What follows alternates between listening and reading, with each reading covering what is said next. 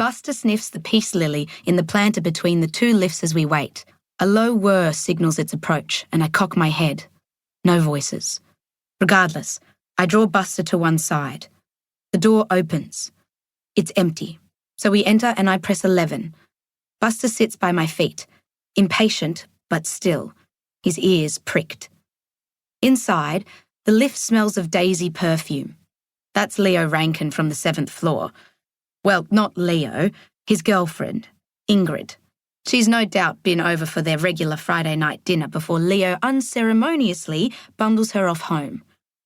Ingrid drives a convertible BMW and is high up in PR for one of the state ministers. She's been going out with Leo for over a year, but his Facebook status is still set to single. I'd dump him if I was her. His eyes always linger on me if I'm unlucky enough to be caught in the lift with him. And that's despite my reputation in the building. Huge gilt-framed mirrors hang on 3 of the 4 lift walls. I've always been worried that the mirrors are too heavy. Surely mounting 3 5-foot-tall mirrors in a box that is dragged up and down 11 floors by a cable can't be a good idea. I mentioned my concerns to Ron once, years ago, not long after I moved in. Being the sweetheart that he is, he called the lift maintenance company to find out. According to a company engineer, the mirrors had been factored into the lift's weight limit during construction. Ron put the guy on speakerphone so I could hear him for myself. I sneak a glance at the mirror to my left. Infinite Rorys and Busters stand behind one another. The effect is disorienting, making the confined space somehow feel smaller. I regard the multitude of mirror Rorys without vanity. Their lank blonde hair and pale faces are unsurprising, unremarkable. They wear hastily thrown-on t-shirts and pants that hang loose. The poor fit is because I buy my clothes online, and since every brand is different, I usually order things a size up to be on the safe side.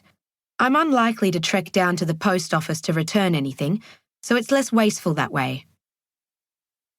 Under the baggy clothes, I'm fit enough, thanks to daily aerobics in my living room, though I'm much thinner than I used to be. My cheeks look hollow, like they belong to someone older than 26. The mirror busters wag their tails, and at the sight of the legion of upturned little faces, I shake off my melancholy. This daily walk does us both good.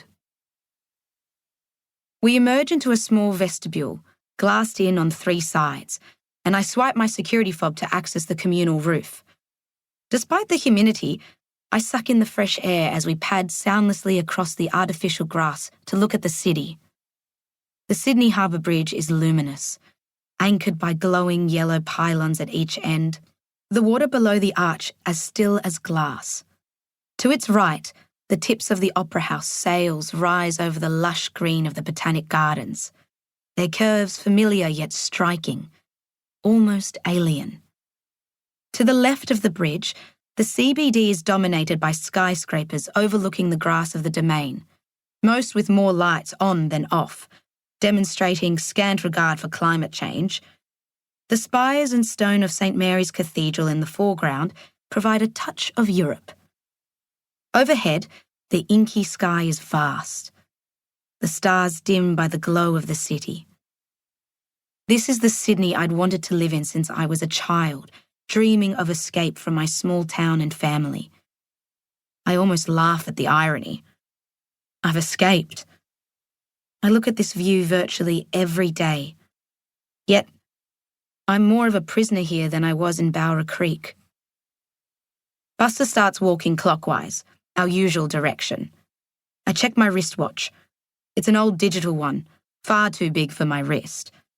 The numbers are hard to read, the light behind them fading, which worries me. I'll have to find someone to fix it if it worsens. 3:26 a.m. We're a little earlier than usual. I do some calculations in my head. A lap takes almost 3 minutes. 3 times 18 is 54. 54 minutes. 18 is a good number. 18 laps it is.